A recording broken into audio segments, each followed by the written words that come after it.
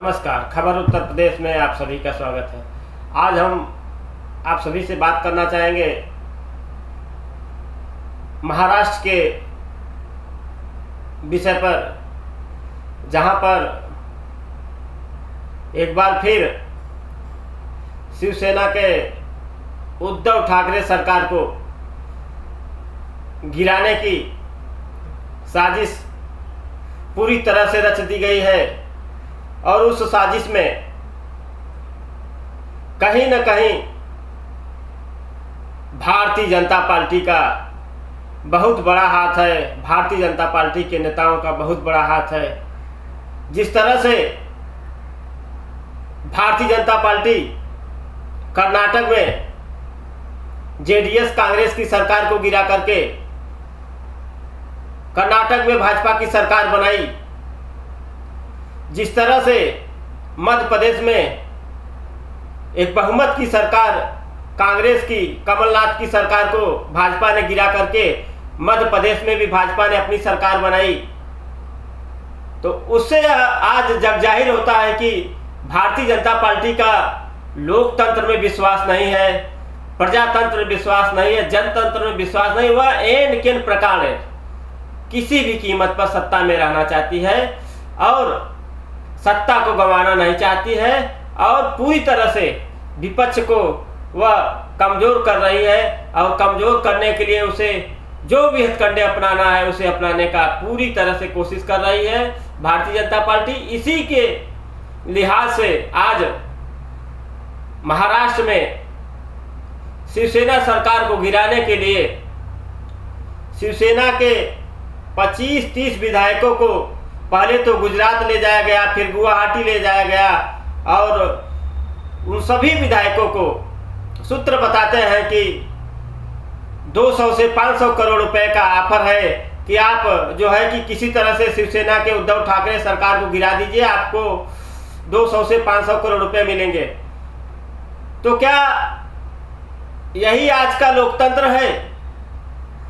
यह खरीद फरोख्त का जो हकतंडा नेताओं के द्वारा अपनाया जा रहा है, जिस तरह से मध्य प्रदेश में, कर्नाटक में, अब महाराष्ट्र में सरकार गिरा करके सरकार बनाने की जो साजिश रची जा रही है, एक चुनी हुई सरकार को गिरा करके। मध्य प्रदेश में आपने देखा बहुमत से कमलनाथ सरकार चल रही थी, लेकिन उसको गिरा दिया। कर्नाटक की सरकार को गिरा दिया और यहां तक कि राजस्थान की भी सरकार गिराने की गहरी साजिश रची जा रही थी। वह तो सही समय पर संभल गए अशोक गहलोत और अपनी सरकार को बचाने में कामयाब रहे, लेकिन महाराष्ट्र में उद्धव ठाकरे का अपने विधायकों के ऊपर अति आत्मविश्वास उन्हें कहीं सत्ता से बेदखल न कर दे और उन्होंने जो विधायकों के ऊपर भरोसा जताया उसका नतीजा आज है 20 से 25-30 विधायक महाराष्ट्र मुंबई से गायब है। जबकि उद्धव ठाकरे चाहते तो एक भी विधायक कहीं पर भी न जा पाता, क्योंकि वह उनकी सत्ता है, उनकी सरकार है। वह चाहते तो एक एक विधायकों के खिलाफ पूरी तरह से खुफिया तंत्र को लगा देते, एसटीएफ को लगा देते, पूरे महाराष्ट्र पुलिस को लगा देते। तो पूरे भारत में सबसे मशहूर पुलिस है, सबसे तेज तर्रार पुलिस है, उसे पूरी तरह से लगा देते और एक भी विधायक न जा पाते। लेकिन वह अपने विधायकों के ऊपर इतना ज़्यादा आत्मविश्वास में थे कि हमारे विधायक कहीं नहीं जाएंगे। आवाज विधायक शिवसेना छोड़ करके एकनाथ शिंदे के नेतृत्व में फरार हैं और गुजरात से लेकर के अन्य राज्यों में हैं, ताकि महाराष्ट्र की सरकार को गिराया जा सके। तो क्या भाजपा का आज सत्ता में बने रहने का जो एक लोकतांत्रिक चुनाव है उस पर से उसका विश्वास उठ गया है? वह किसी न किसी जरिए से हर हाल में सत्ता में बने रहना चाहती है। तो क्या यह माना जाए कि भाजपा सरकार में अंदर ही अंदर, चाहे राज्यों की सरकार हो, चाहे केंद्र की सरकार हो, नरेंद्र मोदी की सरकार हो, क्या इस तरह से भ्रष्टाचार में लिप्त है, इस तरह से अपने उद्योगपतियों मित्रों को धन का बंदर बांट कर रही है सरकार? उससे डरी हुई है कि कहीं अगर हमारी सरकार चली जाएगी तो जांच हो जाएगा, तो कहीं न कहीं बड़े नेताओं, भाजपा के जो बड़े से बड़े नेता हैं सब जेल में होंगे। इन सब चीज़ों को देखते हुए भाजपा आज पूरे विपक्ष को दबाने में लगी है। यही नहीं, कभी भी सत्ता में नहीं रहने वाले एकमात्र सांसद है जो कि कांग्रेस पार्टी के राष्ट्रीय अध्यक्ष भी रहे, राहुल गांधी को भी भाजपा नेशनल हेराल्ड केस में फंसाना चाहती है और उनसे ईडी बार बार पूछ रही है। तो चाहे बिहार में तेजस्वी को लेकर आप देख लें, सत्ता में नहीं थे, 16-17 साल की उम्र में उनके ऊपर केस हो गया। राहुल गांधी के ऊपर ईडी एकदम शिकंजा कस चुकी है। इसी तरह से महाराष्ट्र में दर्जनों मंत्रियों, दर्जनों विधायकों, दर्जनों सांसदों के खिलाफ भाजपा ने ईडी, सीबीआई का प्रयोग किया, लेकिन जब सत्ता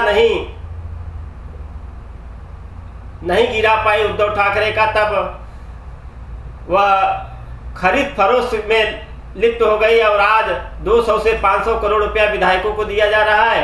तो मेरा यही सवाल है कि आखिर यह पैसा भाजपा के पास आते कहां से हैं? इतना बड़ा खरीद फरोख्त करने के लिए यह पैसा कौन दे रहा है? तो कहीं न कहीं यह देश को गुलाम बनाने की गहरी साजिश है। पिछले कुछ दिनों से मैं देख रहा हूं, जब से महाराष्ट्र में उद्धव सरकार आई है, उद्धव ठाकरे सरकार, निस्संदेह महाराष्ट्र एवं मुंबई का विकास बहुत तेजी से हो रहा है। जो काम मेट्रो का बहुत धीरे धीरे हो रहा था, उस मेट्रो के कामों को इतनी तेजी से उद्धव सरकार ने फरमान जारी किया कि जल्दी से जल्दी आप लोग मेट्रो को बना करके इसका उद्घाटन कराएं। और कई ऐसे काम हैं कि आज नदियों की, चाहे मीठी नदी हो चाहे जो हो, आज पूरे महाराष्ट्र में, पूरे मुंबई में साफ सफाई को लेकर के सरकार एकदम हिदायत देती है और चाहती है कि पूरे महाराष्ट्र में, पूरे मुंबई में साफ सफाई हो और किसी को दिक्कत न होने पाए। जिस तरह से उद्धव ठाकरे सरकार चला रहे थे, मुझे तो लग रहा था कि आने वाले समय में शिवसेना पूर्ण बहुमत के साथ महाराष्ट्र में सरकार बना लेती। लेकिन भारतीय जनता पार्टी को यही डर था कि कहीं अगर शिवसेना जिस तरह से काम कर रही है, अगर फिर सत्ता में आ जाएगी तो क्या होगा। इन्हीं सब चीज़ों को लेकर के भाजपा शिवसेना की सरकार को, उद्धव ठाकरे सरकार को गिराना चाहती है। देखिए अब आगे क्या होता है। लेकिन जिस तरह से राजनीति में भ्रष्टाचार हो रहा है, जिस तरह से भारतीय जनता पार्टी का लोकतंत्र में भरोसा नहीं है, चुनी हुई सरकारों को बेदखल करके तानाशाहों की तरह, हिटलर शाहों की तरह सरकार को गिरा करके और भाजपा अपनी सरकार जिस तरह से बना रही है, उस तरह से तो पूरे देश के धन का एक तरह से लूट होगा, धन का बंदरबाट होगा। इस तरह से देश पूरी तरह से बर्बाद हो जाएगा। और जिस तरह से विदेशी पूंजी निवेशक देश छोड़कर जा रहे हैं, आने वाले समय में महंगाई अपने चरम सीमा पर होगा, देश की स्थिति आर्थिक रूप से एकदम कमजोर हो जाएगी। ऐसे लोगों से देश को सावधान रहना चाहिए। भारतीय जनता पार्टी का यह रवैया ठीक नहीं है देश के लिए। भारतीय जनता पार्टी जो केन प्रकार सत्ता में बना रहना चाहती है, यह एक तरह से गलत उनकी मंशा है। उन्हें लोकतंत्र पे, जनता पे भरोसा रखना चाहिए। जहां जिसकी सरकार रहे उसे गिराने की कोशिश नहीं करना चाहिए। जिसकी सरकार रहे उसकी सरकार कम से कम 5 साल चले। लेकिन जिस तरह से भारतीय जनता पार्टी इस तरह का रवैया अपना रही है, वह एक तरह से देश के लिए बेहद ही खतरनाक है। और इस तरह का अगर मामला चलता रहा तो आने वाले समय में देश की स्थिति ठीक नहीं रहेगी।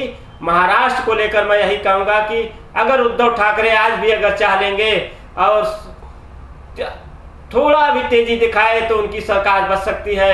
उन्हें राजनीति के मापदंडों को छोड़ करके कुछ छल बल, धन, ताकत, सत्ता का भी इस्तेमाल करना पड़े तो उन्हें संकोच नहीं करना चाहिए और अपनी सरकार को बचा करके भारतीय जनता पार्टी के मुंहतोड़ जवाब देना चाहिए। यह समय उनके लिए एक राजनीतिक चुनौती है जिसे उन्हें पूरी तरह से स्वीकार करते हुए अपनी सरकार को बचाना चाहिए और साजिश करने वालों को मुंहतोड़ जवाब देना चाहिए। बहुत बहुत धन्यवाद। नमस्कार।